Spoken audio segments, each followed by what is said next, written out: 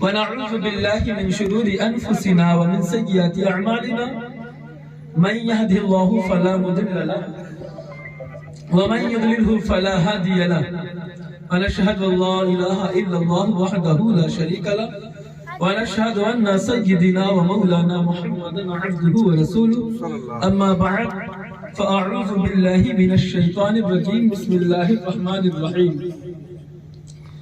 إن أولياؤه إلا المتقون صدق الله مولانا العظيم وصدق رسوله النبي الأمين المتين الكريم ونحن على ذلك لمن الشاهدين والشاكرين والحمد لله رب العالمين. بعد توحید کے متوالوں شمعی رسالت کے پروانوں اولیاء امت کے دیوانوں خواجہ غریب نواز معین الدین چشتی کے متوالوں آئیے کچھ سننے اور سنانے سے قبل آقا نامدار مدینے کے تاجدار گنبد خضرا میں آرام فرمانے والے آقا مولا داتا جناب احمد مجتبی محمد مصطفیٰ صلی اللہ تعالی علیہ وسلم کی بارگاہ میں درود پاک پڑھی. اللہم رب محمد صلی اللہ علیہ وسلم نحن عباد محمد صلی اللہ علیہ وسلم صلو علیہ صلاۃ و سلام علیک یا رسول اللہ صلی اللہ تعالی علیہ وسلم. جس آیت کریمہ کو میں نے پڑھا ہے اس کا ترجمہ تو آپ قاری صاحب سے سن چکے ہیں. اسی آیت کو میں بھی اپنا موضوع سخن بنایا ہے. میرے دوست اور بزرگوں قاری صاحب قبلہ ارشاد کہہ رہے تھے, بیان فرما رہے تھے, حضور غوث پاک ابھی دنیا میں تشریف نہیں لائے تھے لیکن نبی پاک صلی اللہ تعالی علیہ وسلم پہلے ہی غوث پاک کا چرچا کر رہے تھے. حضور غوث پاک کا چرچا پہلے ہی جاری تھا. اس لیے کسی شاعر نے کیا ہی خوب کہا ہے, اونچا جہاں میں نام ہے پیران پیر کا, اونچا جہاں میں نام ہے پیران پیر کا, اب بگڑی بنانا کام ہے پیران پیر کا. بگڑی بنانا کام ہے پیران پیر کا. اور افضل ہے جیسے نبیوں میں میرے مصطفیٰ, افضل ہے جیسے نبیوں میں میرے مصطفیٰ, ولیوں میں وہ مقام ہے پیران پیر کا, ولیوں میں وہ مقام ہے پیران پیر کا. اور شاعر کیا کہتا ہے, منکر نکیر قبر سے یہ کہہ کر چل دیے, ڈاکٹر صاحب منکر نکیر قبر سے یہ کہہ کر چل دیے, سونے دو یہ غلام ہے پیران پیر کا, سونے دو یہ غلام ہے پیران پیر کا. تو میرے دوست اور بزرگوں غوث پاک کی وہ شان ہے کہ غوث پاک کے جو غلام ہیں, جو مرید ہیں, جو چاہنے والے ہیں, وہ زمین کے اوپر بھی محفوظ ہے اور زمین کے اندر بھی محفوظ ہے, وہ زمین کے اندر بھی محفوظ ہوتے ہیں. میرے دوست اور بزرگوں, جیسا کہ قاری صاحب قبلہ نے غوث پاک کا بیان کیا, اب جب حضور غوث پاک دنیا میں تشریف لے کر آئے, چھوٹے تھے, بچے تھے, ان کی رضاعی ماں, ایک ماں وہ ہوا کرتی ہے جو چھوٹے بچوں کی پرورش کرنے کے لیے اپنے گھروں پر لے جایا کرتی ہے, اور ایک ماں وہ ہوتی ہے جو اپنے بچے کو پیدا کرتی ہے. جیسے ہمارے پیارے آقا حضور صلی اللہ تعالی علیہ وسلم کی ایک ماں وہ حضرت آمنہ, اور رضاعی ماں کا حضرت حلیمہ سعدیہ. تو حضور غوث پاک کے رضاعی ماں جو ہے, ان کی ماں پرورش کر رہی تھی اپنے بچے حضرت غوث پاک کی. عبد القادر جیلانی کی پرورش کر رہی تھی. چھوٹے جو بچے ہوا کرتے ہیں, زیادہ چھوٹے میں اچھل کود زیادہ کیا کرتے ہیں. چھوٹے بچے اکثر, جیسے ابھی دو بچے بیٹھے ہیں, بچے ہیں نا سمجھ ہیں, اچھل کود کر رہے ہیں ادھر سے ادھر, بچوں کی عادت ہوتی ہے. لیکن غوث پاک کی شان کیا تھی معلوم, کہ غوث پاک چھوٹے بچے جو ہوتے ہیں, اگر یہ چھوٹے بچے یہاں سے چھلانگ لگائیں گے 2-3 فٹ جا کر دور گریں گے, اس سے بڑے بچے ہوں گے اگر تو وہ چھلانگ لگائیں تو زیادہ سے زیادہ 4 سے 5 فٹ، اور بڑا بچہ بالغ بچہ چھلانگ لگائے تو زیادہ سے زیادہ 7 سے 8 فٹ یا 8 سے 10 فٹ دور جا کر گرے گا۔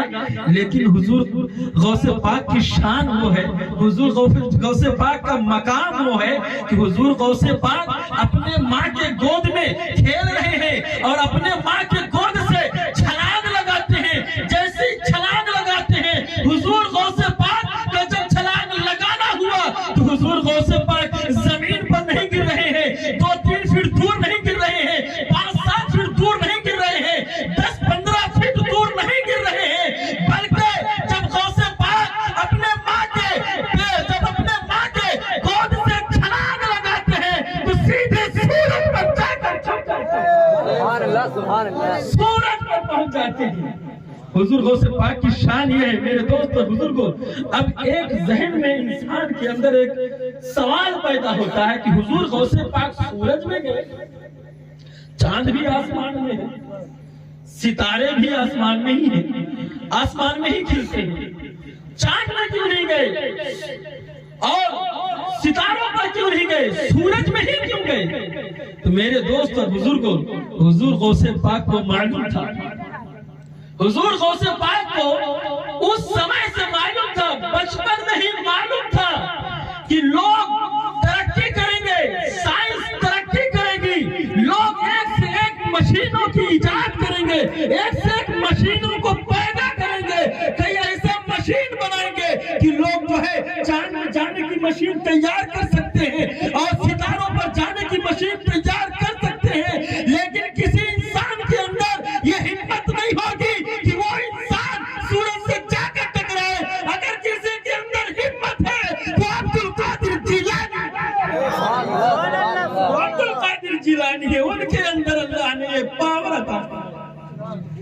انسان چاند میں جا سکتا ہے، آسان ہے جانا، چاند میں جانا آسان ہے، کوئی مشکل کام نہیں ہے، لیکن سورج کے ابلتے ہوئے گرم گرم آگ سے کون ٹکرانا چاہے گا؟ میرے دوست اور بزرگوں، حضور غوث پاک کو پہلے ہی معلوم تھا، اور جس طریقے سے میرے نبی کو معلوم تھا، کیا معلوم تھا؟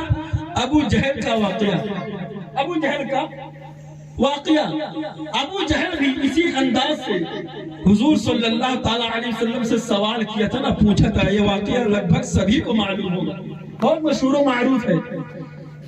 حضور صلی اللہ تعالیٰ علیہ وسلم سے ابو جہل پوچھتا ہے کہ اے محمد، اگر آپ واقعی میں اللہ کے سچے نبی ہیں، سچے رسول ہیں، سچے پیغمبر ہیں، تو ذرا بتائیں کہ میرے مٹھی پر کیا ہے، بتائیں کہ میرے مٹھی پر کیا ہے۔ میرے دوست اور بزرگوں، اب یہاں پر بھی ایک سوال پیدا ہوتا ہے، یہاں پر بھی سوال پیدا ہوتا ہے۔ ہمارے پیارے آقا حضور صلی اللہ تعالیٰ علیہ وسلم چاہتے تو بتا دیتے کہ اے ابو جہل، تیرے مٹھی پر کوئی کنکر ہے۔ ہمارے پیارے آقا محمد عربی صلی اللہ تعالیٰ علیہ وسلم چاہتے تو یہ بھی بتا دیتے کہ کتنی کنکریاں ہیں، یہ بھی بتا دیتے کہ کنکریوں کا سائز کیا ہے، لیکن حضور صلی اللہ تعالیٰ علیہ وسلم نے ایسا نہیں کیا۔ حضور صلی اللہ تعالیٰ علیہ وسلم اپنی زبان سے نہیں بتائے۔ کیوں نہیں بتائے؟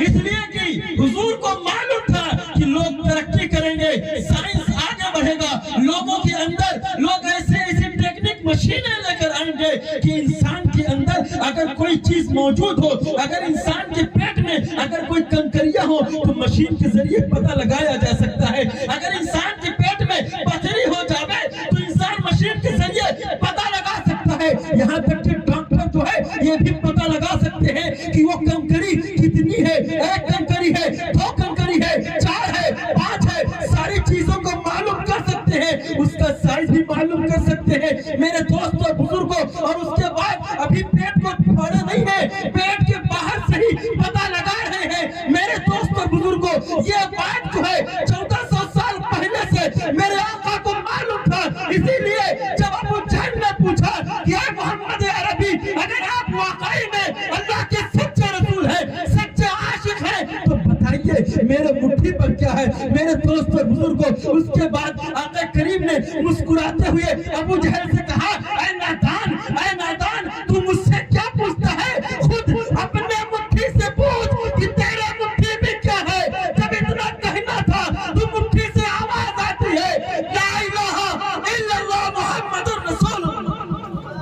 میرے دوست اور بزرگوں، ابو جہل کیا بتائے گا؟ کنکر خود کہہ رہی ہے لا الہ الا اللہ محمد رسول اللہ۔ تو میرے دوست اور بزرگوں، حضور صلی اللہ تعالیٰ علیہ وسلم کو یہ 1400 سال پہلے سے معلوم تھا، اسی لیے میرے حضور صلی اللہ تعالیٰ علیہ وسلم نہ تو اس کا نام لیے کنکر کا کہ تیرے مٹھی پر کنکر ہے، اور نہ ہی میرے آقا کریم نے کنکر کی گنتیاں بتائی، اور نہ ہی کنکر کا سائز بتایا، اس لیے کہ میرے آقا کو معلوم تھا کہ لوگ بات ترقی کریں گے، سائنس ترقی کرے گی، ایک سے ایک مشینوں کا پیداوار ہوگا، لیکن کوئی بھی سائنس کتنا ہو ترقی کر لے، کوئی بھی سائنس کتنی بھی محنت کر لے، کتنا بلند مقام پر پہنچ جائے، لیکن کوئی بھی ڈاکٹر ہو، چاہے وہ سائنس ہو، چاہے وہ کوئی بھی انسان ہو، کوئی بھی انسان کسی پتھر کو زبان نہیں دے سکتا۔ زبان دینے کا حق صرف اور صرف میرے آقا کو۔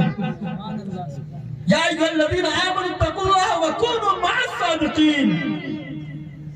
اللہ رب العزت ارشاد فرماتا ہے میرے دوست اور بزرگوں، اے ایمان والو اللہ سے ڈرو، وکونوا مع الصادقین، اور سچوں کے ساتھ ہو جاؤ۔ تو یہ جو سچے ہوتے ہیں، یہ جو سچے ہوتے ہیں، جو اللہ کے نبی ہوتے ہیں، جو اللہ کے رسول ہوتے ہیں، جو اللہ کے ولی ہوتے ہیں، انہی کو یہ اختیار ہے کہ کس پتھر کو کون سا زبان دیا جائے اور کس پتھر سے کیا بولوانا ہے۔